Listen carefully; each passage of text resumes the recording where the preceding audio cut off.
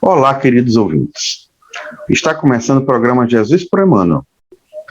Estamos estudando o livro Caminho, Verdade e Vida, psicografia de Francisco Cândido Xavier pelo Espírito de Emmanuel. Hoje, vamos estudar o capítulo 163, Não Crer. Eu sou Amaral e farei o estudo com vocês. Vamos à leitura do capítulo. Não crer. Mas quem não crê será condenado. Jesus, citado no Evangelho de Marcos, capítulo 16, versículo 16. Os que não creem são os que ficam. Para eles, todas as expressões da vida se reduzem a sensações finitas, destinadas à escura voragem da morte. Os que alçam o coração para a vida mais alta estão salvos. Seus dias de trabalho são degraus de infinita escada de luz.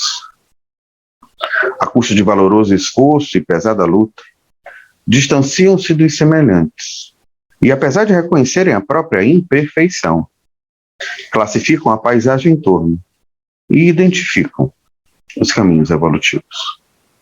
Tomados de bom ânimo, sentem-se na tarefa laboriosa de ascensão à montanha do amor e da sabedoria.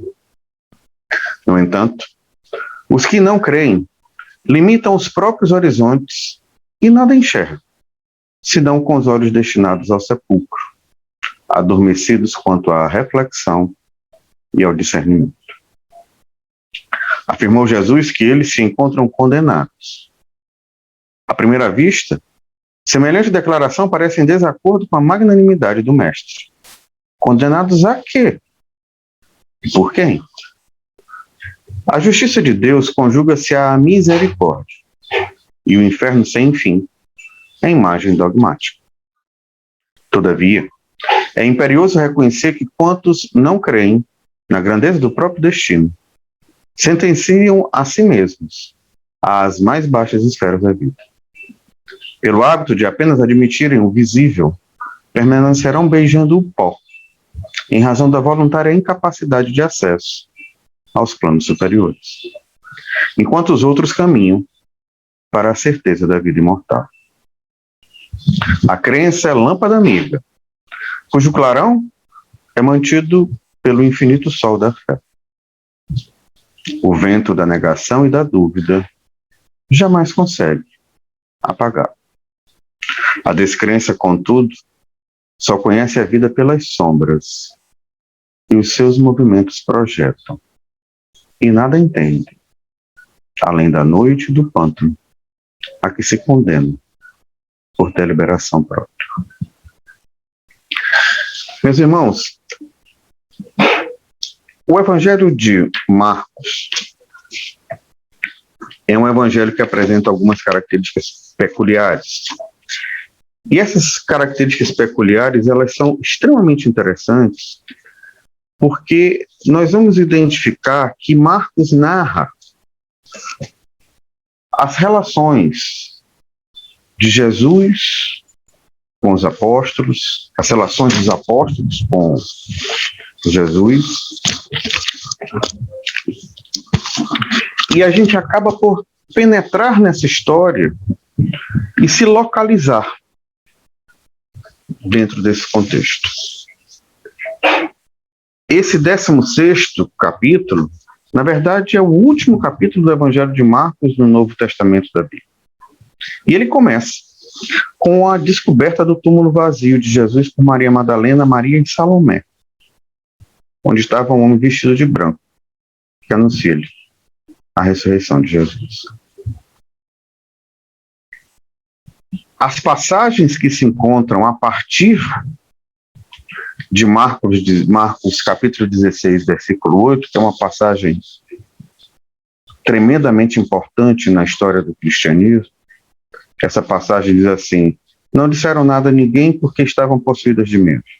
As passagens que se seguem, que é Marcos 16, capítulo 9, até o capítulo 20, essa passagem do texto de hoje está vinculada justamente a um desses versículos, elas foram escritas e acrescentadas depois, com o objetivo de alguma forma, gerar uma espécie de sumário, um resumo das aparições de Jesus e os milagres realizados pelos cristãos depois da ressurreição.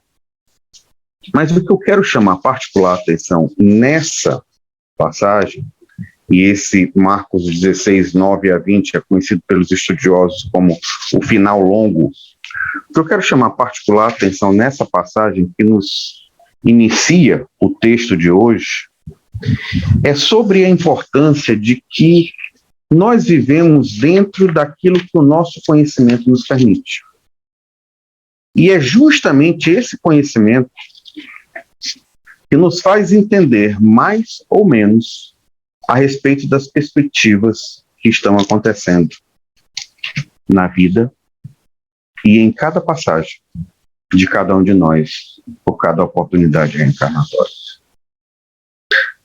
Comparo esse conhecimento e essa perspectiva do entendimento a partir do conhecimento como se estivéssemos a subir uma montanha extremamente alta.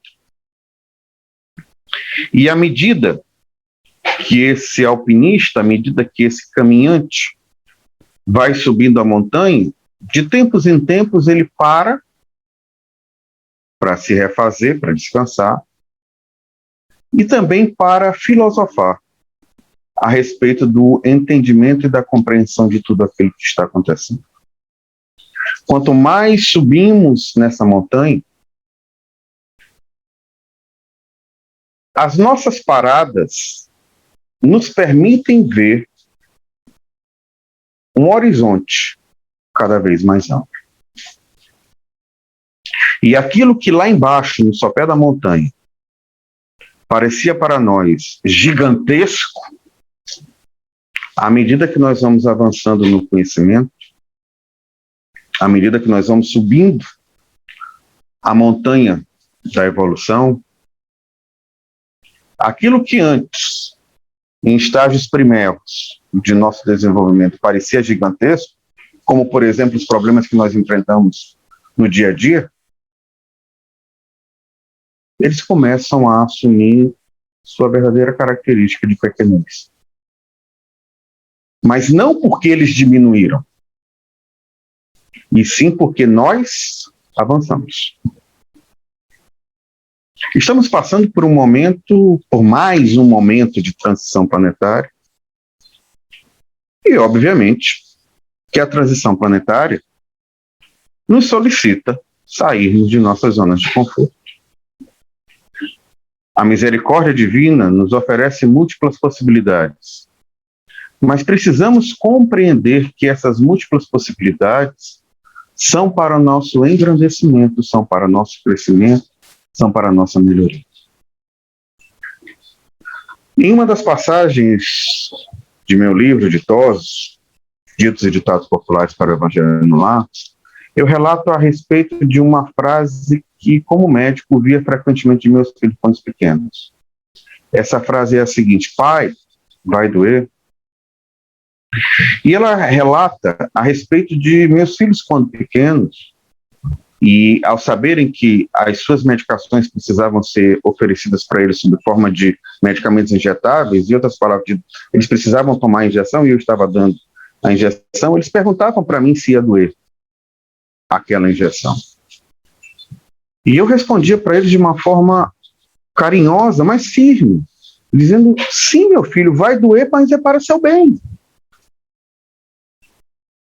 E eu imagino quantas vezes nós todos, através de nossas rogativas, de nossas preces, de nossas orações, nós de joelhos dobrados, nós alquebrados, física e ou espiritualmente, nos reportamos a esse Pai de amor, a este Pai de misericórdia infinita, perguntando o porquê de nossas dores e perguntando se essas passagens são passagens necessárias para nós. E eu imagino que ele deva responder algo parecido. Como quem diz: filho, são dores para teu crescimento. Isto vai passar e é para teu bem. Mas como vamos conseguir interpretar se é para nosso bem, se nós estagnamos no sopé da montanha de nossa evolução? Ou se damos esse processo através de passos lentos, morosos e quase que involuntários. Não há como. É óbvio que eu, embaixo da montanha, vou ter uma perspectiva de ponto de vista totalmente diferente daqueles que já subiram mais que eu. E aí a presença de nossos irmãos encarnados e desencarnados, que são nossos anjos de guarda, nossos mentores, nossos espíritos familiares, afins, que fazem parte de toda a espiritualidade que fazeja, que nos secunda a todo e qualquer instante de nossa vida. Não crer nessa possibilidade, não crer na necessidade de nós sermos, cada dia que passa, melhores em relação ao que nós fomos no dia anterior, e que foi muito claro que jamais, jamais, jamais a competição é com o outro. Precisamos utilizar a competição exclusivamente para com nós próprios. E precisamos, a cada novo momento, ser a nossa melhor versão.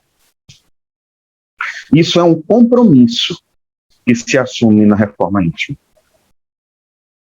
E quando se assume esse compromisso, a gente tem a plena convicção de que ascender em nossa trajetória evolutiva é o caminho exclusivo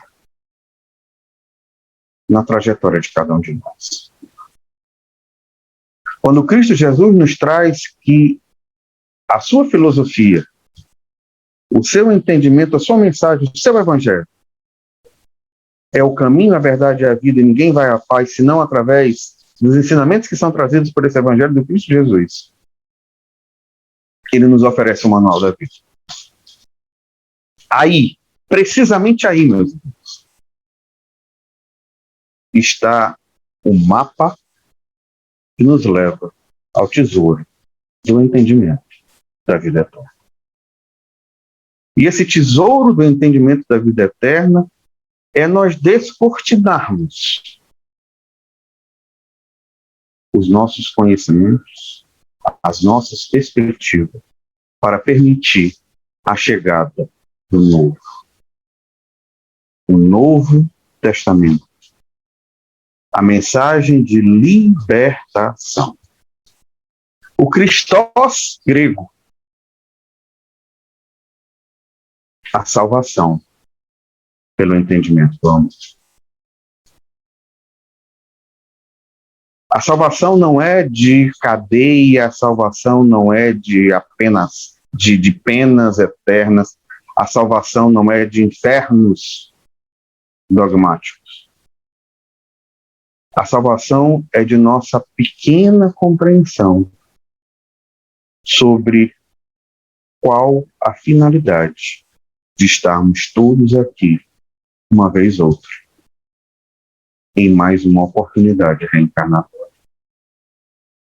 Estamos aqui para louvar, para bendizer e para realizar a mensagem do Pai, que nos foi didaticamente trazida de forma caridosa, carinhosa e sumarizada pelo Evangelho de Cristo Jesus. Eu gostaria de concluir essa etapa trazendo que, para quem ama, todas as circunstâncias da vida têm justificativa e finalidade útil. E se nesse instante eu e você estamos passando por algo que nós não podemos entender, utilizemos o entendimento que o amor é a resposta, independente qual é a pergunta. Meus irmãos, essa foi a nossa contribuição para o estudo da obra Caminho, Verdade e Vida. Amanhã estudaremos o capítulo 164. Paz e luz para todos.